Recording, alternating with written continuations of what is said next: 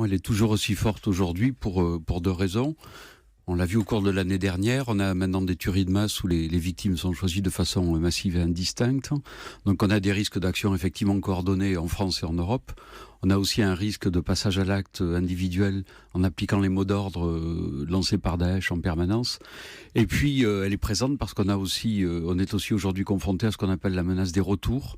Donc à la menace constituée par tous ces gens survivants du conflit irako-syrien qui sont susceptibles de rentrer chez eux. Depuis le début de l'année, depuis début janvier, est-ce qu'il y a eu une ou plusieurs tentatives déjouées d'attentats en France ? Il y en a eu plusieurs. Depuis début janvier ? Non, je pense pas depuis début janvier.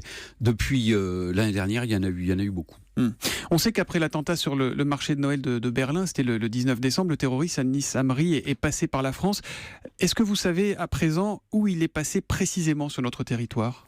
Oui, on sait où il est. Enfin, on sait où il est passé. On sait qu'il est passé par Lyon et par Chambéry. Donc l'enquête qui a été effectuée par les Allemands et l'enquête française ont permis effectivement de confirmer les différents points de passage, en lien d'ailleurs aussi avec les Belges et les Néerlandais. C'est inévitable ou c'est un dysfonctionnement qu'un terroriste comme ça puisse passer d'un pays à l'autre, passer de l'Allemagne à la France, puis de la France à l'Italie ?